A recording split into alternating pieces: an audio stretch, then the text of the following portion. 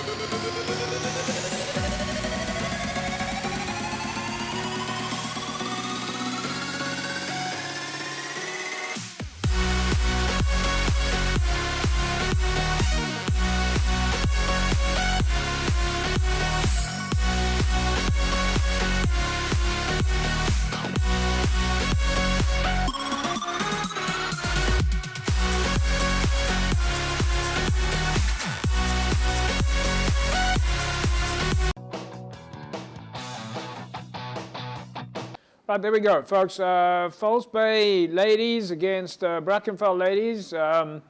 Final result, 38-12 in favour of Brackenfell. Jerome, half-time, Falsebay women were leading 12-0. Those were the only points they put on the board. What would you be thinking about that if you were a coach at this stage of the game? Yeah, look, I mean, you're 12-0 up, and we know Brackenfell is quality. Yeah. And I think their coach just told them to go back to the game that they normally play after halftime. And that made a difference. But I must say, on both sides, you can actually, Alistair, you can actually see the sort of structure, how the girls are playing. And where we started with women's rugby and where they are now, it's amazing to see. And you can also see, like on both teams, the influence of the Western Province girls. So it helped a lot with in terms of their continuity and their structure. Yeah, I don't know. Yeah, the quality of coaching you can see coming through there. You know, with the style of play, the structure of play. So hats off to the coaches as well. Yeah. Yeah, and I must say, I was just looking at some of the logs and the results, fixtures from the women's leagues, and you know, the names popping up like Belhar women, Rocklands women, CPT women. There's clubs coming through the ranks that we didn't see before. There were before maybe 8 or 9 teams competing it out. Now we've got a whole string of women's teams, 19, I think 18 teams. It'd be nice to get a little bit more footage from the women's teams there, but it's good to see. Okay, but yes, Ali. It would be interesting to see who's the first time women team clubs, because over the past couple of months, since say for example pre-season or the beginning of the season, the numbers has fluctuated from a club perspective. Yeah. So you want to see the first time clubs, like who started at the beginning, you know? Yeah. So I think there's a project for us then, is the first time clubs, 100%. But just quickly, we've got another 30 seconds or so left here. Jerome, when you're leading 12-0 and you then go into the second half and you throw away the points, I mean, let's talk rugby here. What do you want to make sure you do here? Because you obviously can't approach the game that you have. You got to play 80 minutes. Yeah, you got to play 80 minutes, but actually, like if you look at the scores now, 12-0 halftime is not, because if you manage to get your team to score straight after halftime, then it becomes 7-12. Yes. And then the team panic, and then you score again, and that's where with ladies, that's where the panic comes in, and then it's just one way, and that happened on I think for Brackenfell that happened. Really? Is this such a mental game, Alistair? Yeah, I think the scoreboard pressure. I mean, now there's been 2 scores ahead. Yeah. It's not far behind. Is that, yeah. You know, scoreboard chipping away at the scoreboard helps you, like, and there's scoreboard pressure. Yeah. All right, well, we've got new term, scoreboard pressure. It's new world of rugby, folks. Scoreboard pressure. We'll define that in the rugby terminology in the weeks to come. Alistair Tace has now brought new terminology to the game. Scoreboard pressure. I tell you what, we're going to take a look at scoreboard pressure after the break. We'll be back in a sec. Don't go away.